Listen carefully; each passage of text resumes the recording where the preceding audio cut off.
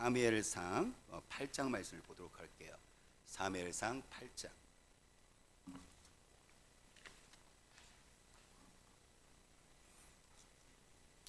사무엘상 8장 1절에서 9절 말씀.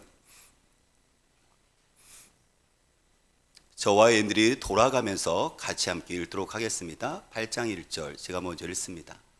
사무엘이 늙음에 그의 아들들을 이스라엘 사사로 삼으니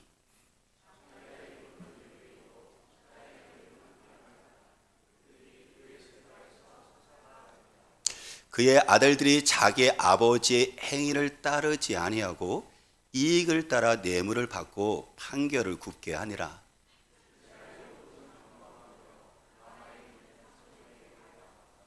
그에게 이르되 보소서 당신은 늙고 당신의 아들들은 당신의 행위를 따르지 아니하니 모든 나라와 같이 우리에게 왕을 세워 우리를 다스리게 하소서 한지라.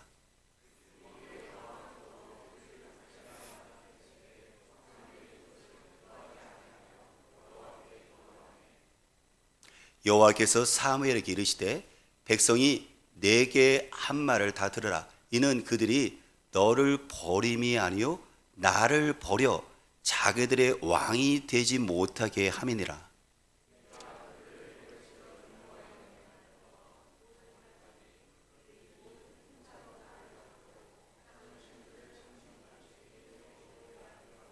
같이요. 그러므로 그들의 말을 듣되 너는 그들에게 엄히 경고하고 그들을 다스릴 왕의 제도를 가르치라. 아멘.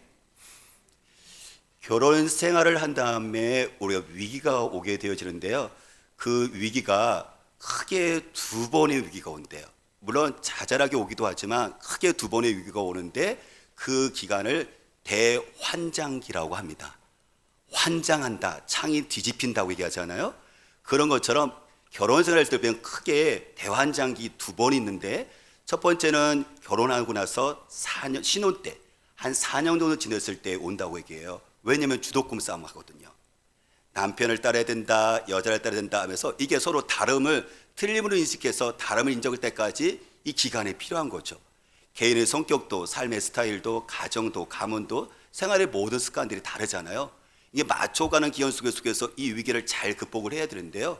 그래서 이것이 바로 대환장기 첫 번째고, 두 번째 대환장기 두 번째 위기는 언제냐면 이것은 결혼한 다음에 30년 지난 다음에 한 40대에서 50대에 온대요. 그때는 우리가 보통 갱년기가 오잖아요. 이때는 무조건 싫은 거예요.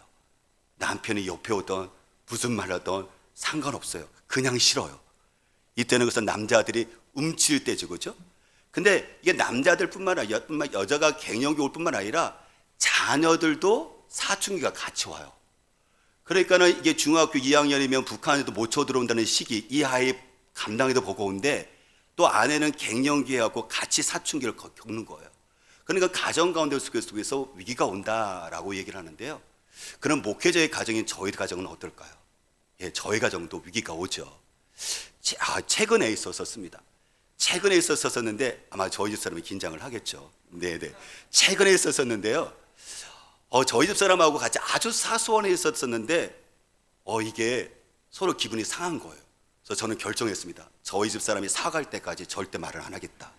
침묵수에 들어가기 시작을 했죠. 제가 보기에는요, 저희 사람은 모르겠는데 제가 보기에는 제가 70 정도는 제가 옳아요.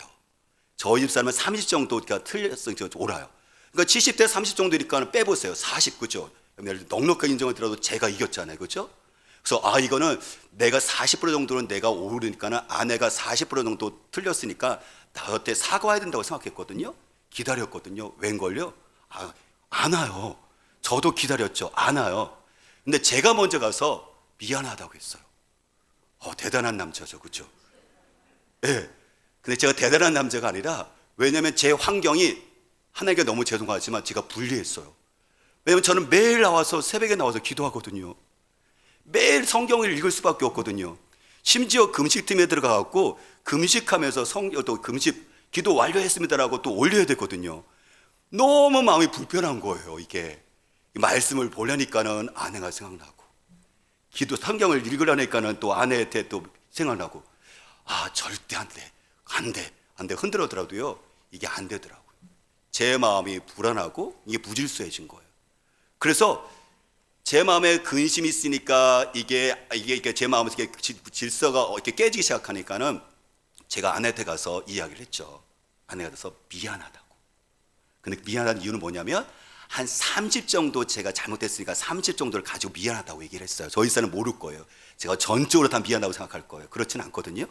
30 정도로 어쨌든 대화를 해야 되니까 30 정도 미안하다라고 제가 정식적으로 사과를 했어요. 그런 다음에 제 70 정도의 오름을 제가 조곤조곤 천천히 언성을 높이지 않고 이야기를 했죠. 그랬더니요, 저희 집 사람이 받아들이더라고요. 역시 대장부입니다. 저희 집 사람이요. 네네. 온전한 저를 받아주는 제 아내 역시 위대합니다. 근데 제가 여러분들 침묵수에서 제가 깨고 제 아내에게 다가갔던 이유가 뭘까요? 그 이유는 다음과 같아요. 이 그림이 저에게 있어서는 그 이유였었어요. 한번 그림을 잠깐만 띄워줄래요? 이 그림은 누가 왕인가에 대한 질문이에요. 두 종류의 사람이 있는데 한쪽 사람을 보세요. 나의 삶의, 내 마음과 삶의 주인 왕이 누구냐면 나예요.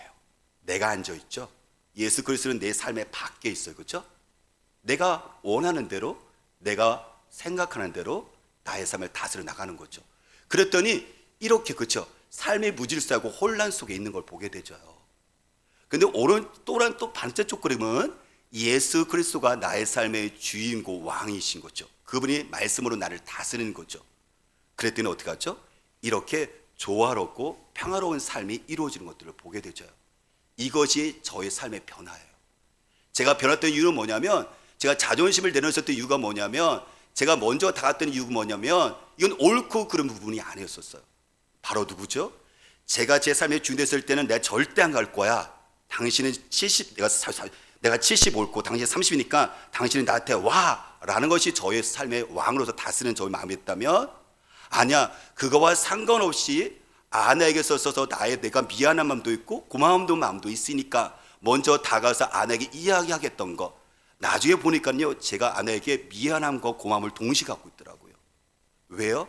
예수 그리스도의 말씀 앞에 다가가기 시작하고 그분이 저를 만지기 시작하니까는 아내에게 미안함과 고마움이 오는 질서 있는 삶으로 바뀌어진 거예요. 이게 바로 누가 왕인가에 대한 질문과 답입니다. 이거는 이론이 아니에요. 그냥 벽에 붙어있는 액자가 아니에요. 실질적으로 이 삶이, 왕의 그 다스림이 우리 삶 가운데 비춰지는 영향을, 힘을 이야기하고 있어요. 오늘 성경 본문이 그걸 얘기하고 있거든요. 누가 왕이라는 거예요. 여러분들은 어느 그림에 속한다고 생각하세요? 내 마음의 중심에 누가 지금 앉아있다고 생각하세요? 여러분들이 지금 나의 생활을 누가 지금 다스리고 계신가요? 누가 여러분들은 왕이신가요? 오늘 본문에 보니까는요, 이 왕의 문제를 지금 다스리고 있는데, 이스라엘 백성들, 특히 거기에 리더 있었던 장로들이 그 당시에 사세했던 사무엘에게 와서 왕을 요청해요. 인간의 왕을 요청합니다. 그 이유가 뭐냐면 오늘 본문 5절에 나오는데요, 5절 같이 함께 볼까요? 5절 우리 같이 함께 읽어볼게요. 그에게 이르되 보소서, 당신은 늙고 당신의 아들들은 당신의 행위를 따르지 아니하니 모든 나라와 같이 우리에게 왕을 세워 우리를 다스리게 하소서 한지라.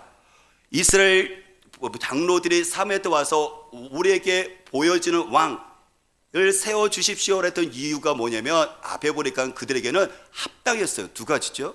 사사인 당신의 지금 나이가 많이 들었으니까, 그리고 당신의 아들인 두 사람이 사사로 세워졌는데 그 아이들이 불량한 행동을 저질러요. 그 위에 3절 말씀 보니까는 사사니까 정치적인 리더잖아요. 재판을 하는 데 있어서 이익에 따라서 뇌물을 받고 이 재판을 불공정하게 하는 거예요. 그러니까는 이제 우리에게 왕을 세워주십시오 했던 그들의 요청은 정당한 것처럼 보이거든요. 정말 그럴듯하게 보이거든요. 하지만 하나님께서는 그들이 왜 왕을 요청하는지, 그들이 진짜 속셈을 하나님께서는 꿰뚫어 보셨어요. 그 이유가 7절이에요. 7절 우리 같이 함께 볼까요? 여호와께서 사무엘에게 이르시되 백성이 내게 한 말을 다 들으라. 이는 그들이 너를 버림이 아니요 나를 버려 자기들의 왕이 되지 못하게 함이니라 했습니다. 지금은 그들의 왕을 요청한 것은 사사인 바로 사무엘 너를 버린 것이 아니라 나를 버려서, 하나님을 버려서 바로 자기들의 왕이 되지 못하게 하려고 하는 것이다 라는 얘기죠. 그 얘기는 뭐죠? 이스라엘 백성들은 지금 바로 하나님의 왕으로서 우리를, 이스라엘 백성들을 다스리는 것을 거절하고 있는 거예요. 다시 말하면 하나님을 왕좌에서 지금 끌어내리는 거예요. 옛날식으로 말하면 영모를 하고 있는 거예요. 왕으로서 그것을 인정하지 않고 이제 더 이상 우리들의 왕으로서 역할을 하지 마십시오 그래서 하나님의 왕 되심을 부인하고 있는 거예요. 인간의 왕을 세움으로 말미암아 지금까지 보이지는 않지만 실제로 이스라엘 백성들에게 은혜를 줬고 그들을 다스렸었던 보이지 않는 하나님을 여러분들 거절하겠다고 얘기를 하는 거예요. 지금 이거는 사실 어떻게 보면 영모거든요. 큰 죄거든요. 왜 그렇다면 이스라엘 장로들은 하나님을 왕으로서 거절을 하고 보이는 왕을 그들을 요청을 하고 있을까요? 그것이 20절에 나오는데 이 성경이 이렇게 얘기를 해요. 우리도 다른 나라들 같이 되어 우리의 왕이 우리를 다스리며 우리 앞에 나가서 우리의 싸움을 싸워야 할 것이니라 하는지라. 왜요? 이 보이는 왕이 더 우리에게는 더 안정을 준다고 생각하거든요. 지금 주변의 나라들, 브리스뿐만 아니라 주변의 나라들 수많은 전쟁 속에서 우리가 생명 위협과 삶의 위협을 느끼고 있는데 하나님은 보이지를 않잖아요. 그러니까 얼마나 불안합니까? 그러니까 다른 나라들은 왕을 세워서 나가서 싸우는데 그래서 우리를 안정케 하고 우리를 풍요롭게 하고 있는데 하나님은 보이지 않으니까 보이는 하나님 우리의 왕을 세워서 우리를 위해서 전쟁에서 나가서 싸워라. 그래서 우리의 삶을 지금 안정하게 평화롭게 만들어 달라고 요구를 하는 거예요. 지금 그들은 안정을, 평화를 하나님이 아닌 인간의 왕에서 구하고 있습니다. 그랬더니 하나님께서 사무엘에게 이야기합니다. 그들이 원하는 대로 하라고요. 그 전에 한 가지 왕이 다스린, 너희들이 원하는 왕이 너의 삶을 다스리게 되어진다면 너희들이 원하는 것은 나가서 싸워서 삶의 안정과 너희들의 풍요를 누리기를 원했던 그 목적이 아닌 이런 결과를 가져올 것이라고 되어서 그거에 대해서 경고를 하라고 얘기를 해요. 그래서 그들에게 선택하게 하는 거예요. 왕이 다스려 말미암아 어떤 결과가 오느냐면 그것이 10절서부터 18절에 나와요. 그래서 이렇게 얘기하죠.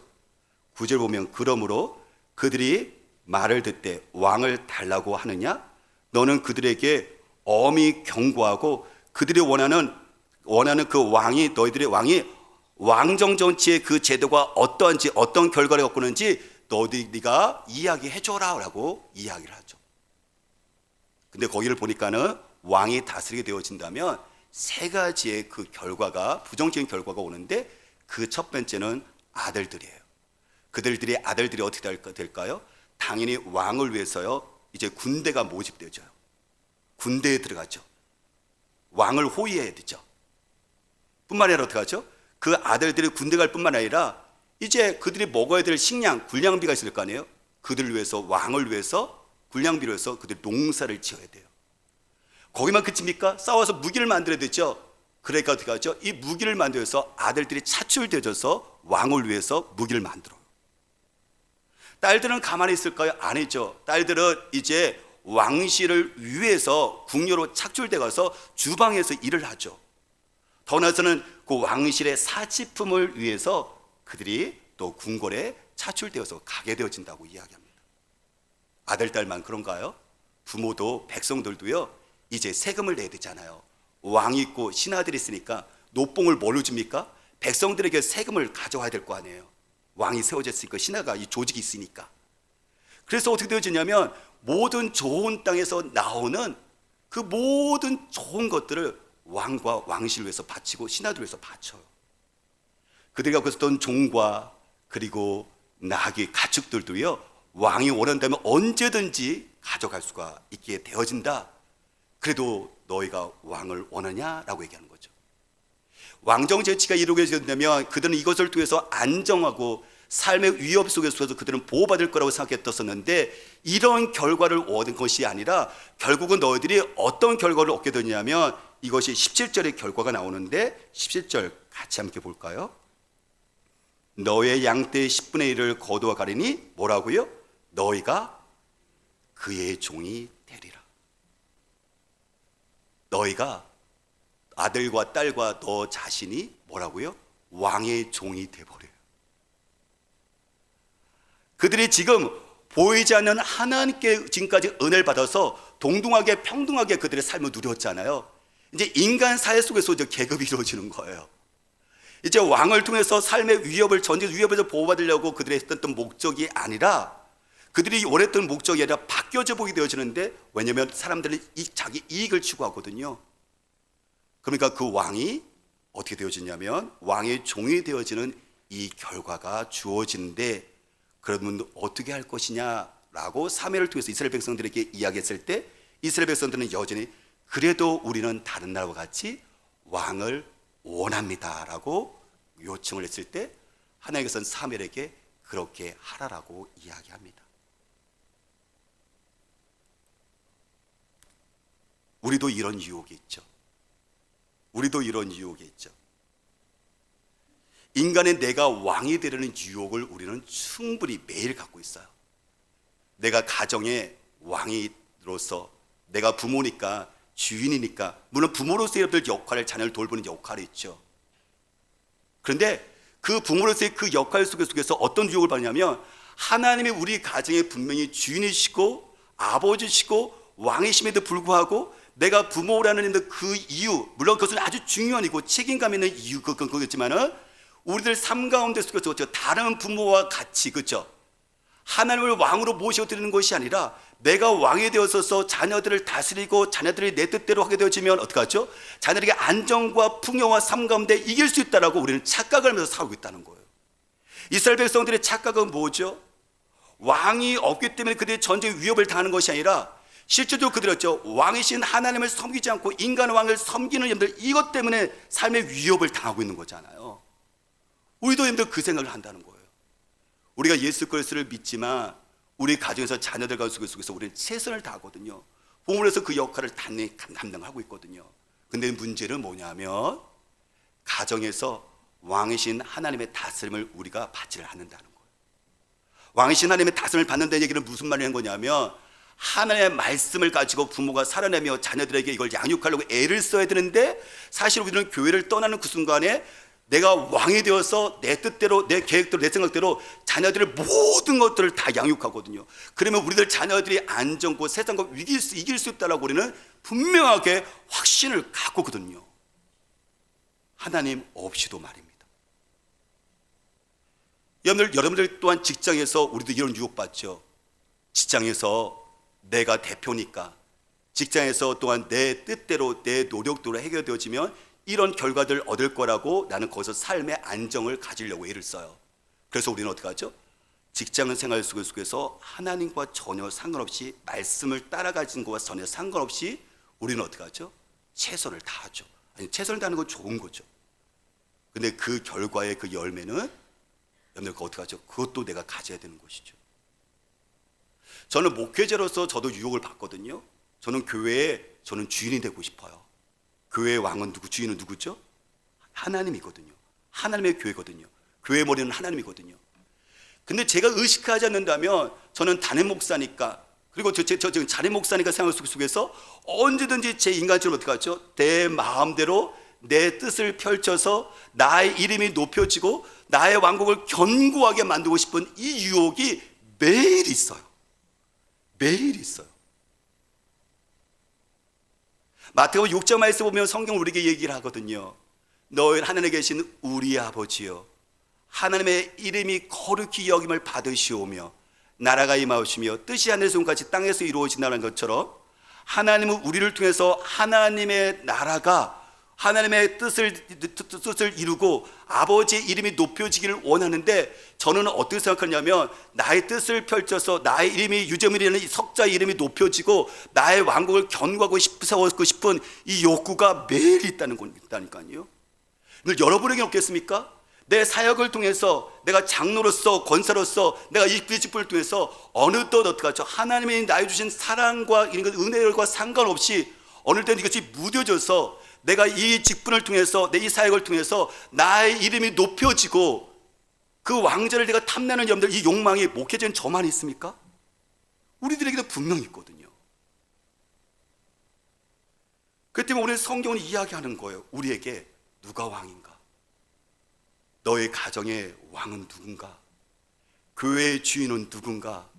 너의 직장의 대표와 왕은 누군가? 너의 학교의 생활 속에서, 학창 생활 속에서 진정한 바로 주인은 누군가를 묻고 계신 거예요.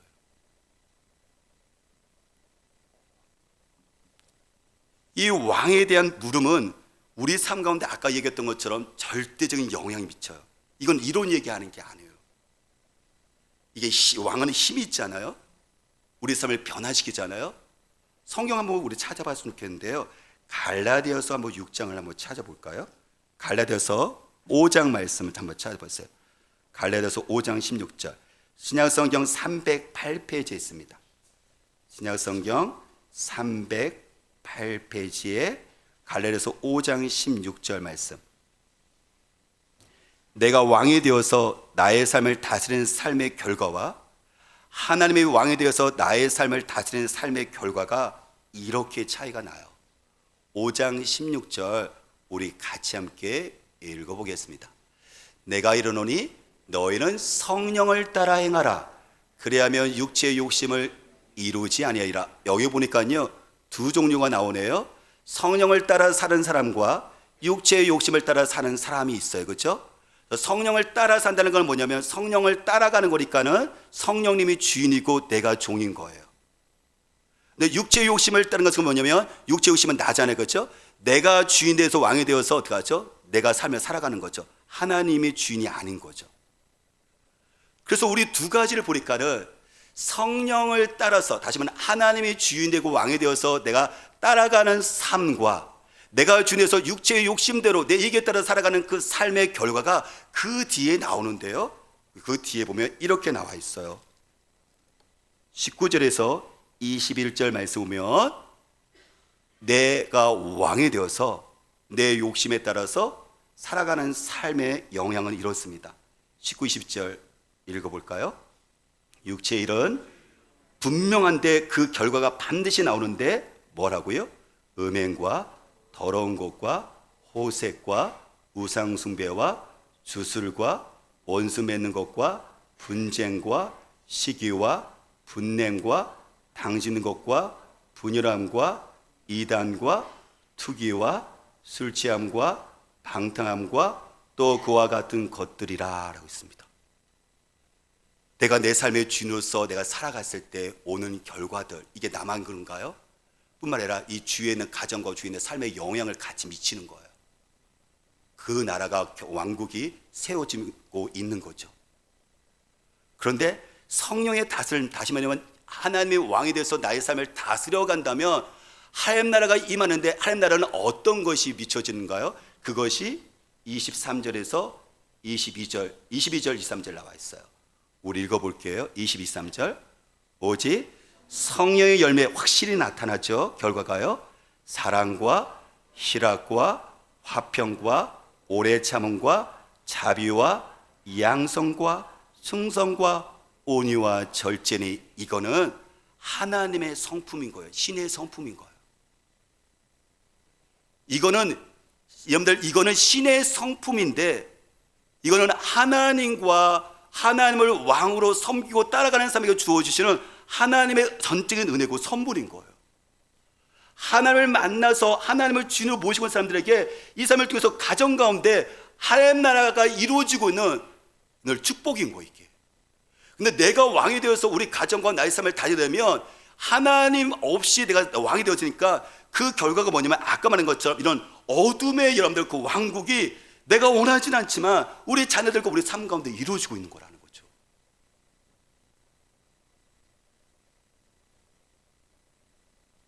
저와 여러분들은 우리의 삶 가운데 선한 영향력을 받기를 원하고 또 삶이 풍요롭기를 원하고 하얀 나라가 임하기를 원합니다.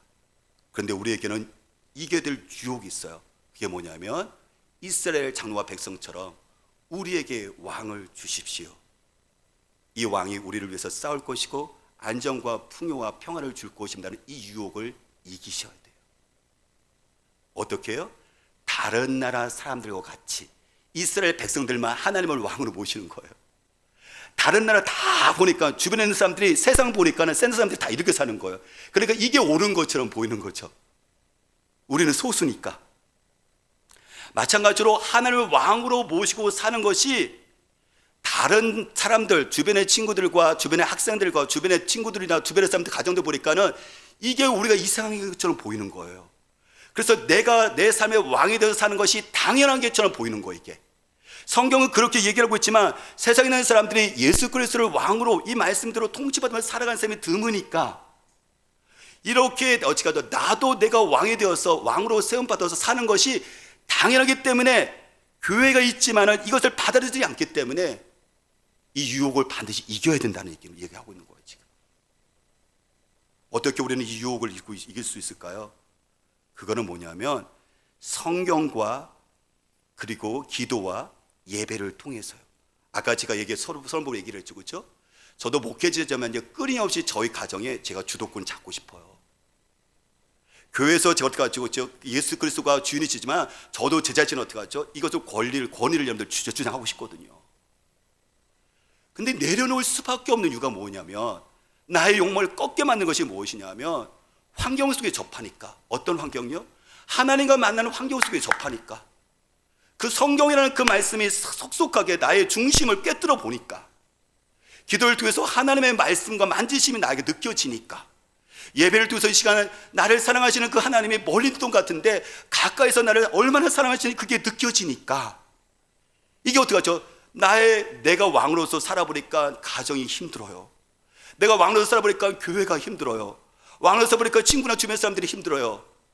그것을 느껴지니까 어떡하죠? 다시 한번 말씀과 기도와 예배를 통해서 나의 왕의 자리를 내려놓는 거예요. 내가 왕일 수가 없다. 진정한 평강과 능력과 그 왕은 우리 가정을 평화롭고 안정을 준 것은 내가 왕이 아니라 하나님의 왕이었을 때문에 가능한 것을 고백하게 하는 순간이 뭐냐면 예배 시간이에요. 이게 성경 시간이에요. 이게 뭐냐면 기도하는 시간이라는 얘기예요. 그래서 저는 여러분들 우리가 예배 사랑 운동, 기도 사랑 운동, 성경 사랑 운동 하잖아요. 충분히 활용했으면 좋겠어요. 이 땅을 이길 수 있는 것은 하늘의 자원이 필요해요. 인간의 끊임없는 여러분들 그 욕망, 성경 한번 보십시오. 보면요, 엘리의 그 제사장의 아들이요 타락해요. 사무엘이 그렇게 올바르던 사람이 보니까 자녀들이 어떻게 하죠? 자기의 정치적으로 어떤 이권을 위해서 자기들을 부당하게 이익을 취해요. 여러분, 이게 내 뜻대로 됩니까?